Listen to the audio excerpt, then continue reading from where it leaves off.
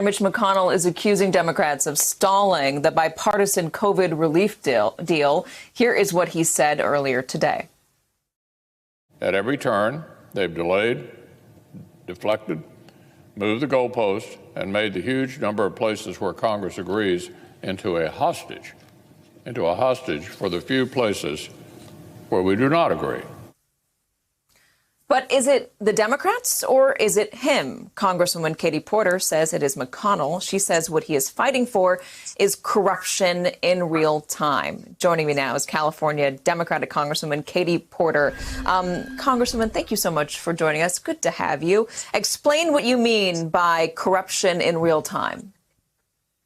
Absolutely. What we're dealing with here is somebody who is trying to put the imaginary need of big corporate donors ahead of the very real need of the American people. And you hear this in Senator McConnell's own words. He says, well, there might be an epidemic of lawsuits. But let's be clear, that is not currently a problem. There's only a handful of COVID liability lawsuits in the country. In fact, tort lawsuits are down this year as compared to last year. What there is an epidemic of in this country is hunger, is homelessness, housing insecurity, and that's what we need to be focusing on right now.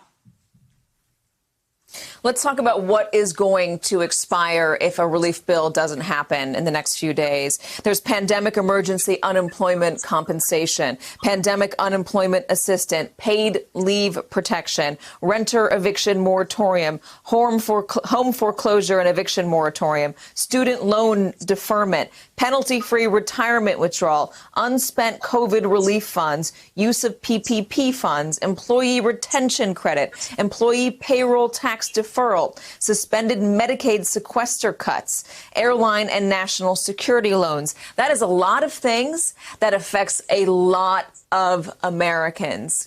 When you're looking at all that is out there, that is on the line, I'm wondering, where's the urgency in Congress? Why do we keep hearing talking and not voting? Why haven't we seen a bill come to the floor yet?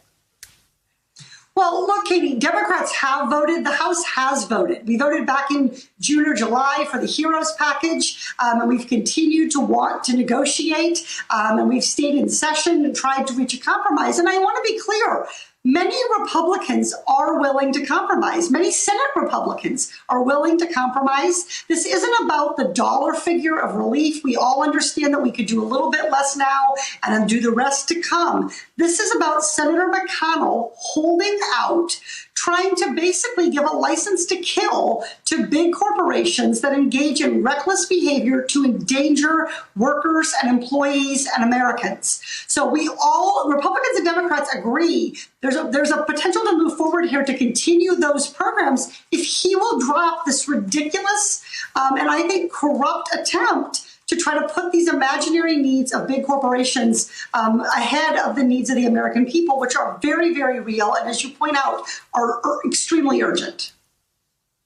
You've been in Congress a few years now, so I'm wondering if you have any insight for why we are in the situation we're in. We're asking people to stay at home because we don't want the virus to spread, but we're giving people no ability to stay home and to maintain their livelihoods. Don't work, but we're not going to help you even though you're not working. This is not happening in Europe. In Europe, they're making sure that people do have the ability to stay home. Why are we functionally this way? Why can't we support people in the middle of a crisis? Well, for me, I think this really boils down to a question about who do representatives in government answer to? We have a campaign finance system, unlike anything seen in Europe. So the idea that the interests of businesses or big corporations would come in front of the interests and needs of the American people, it is unfathomable in most countries in this world, but so is our campaign finance system. That's why I don't take corporate PAC money. That's why I don't take contributions from lobbyists, because I think I'm supposed to work on behalf of the American people. And that means making sure that we have a strong, healthy economy, which means giving Americans disaster relief payments so they can put food on the table, so they can keep a roof over their head during this time and be ready to go back to work when it's safe to do so. Hey there, I'm Chris Hayes from MSNBC. Thanks for watching MSNBC on YouTube. If you want to keep up to date with the videos we're putting out, you can click subscribe just below me or click over on this list to see lots of other great videos.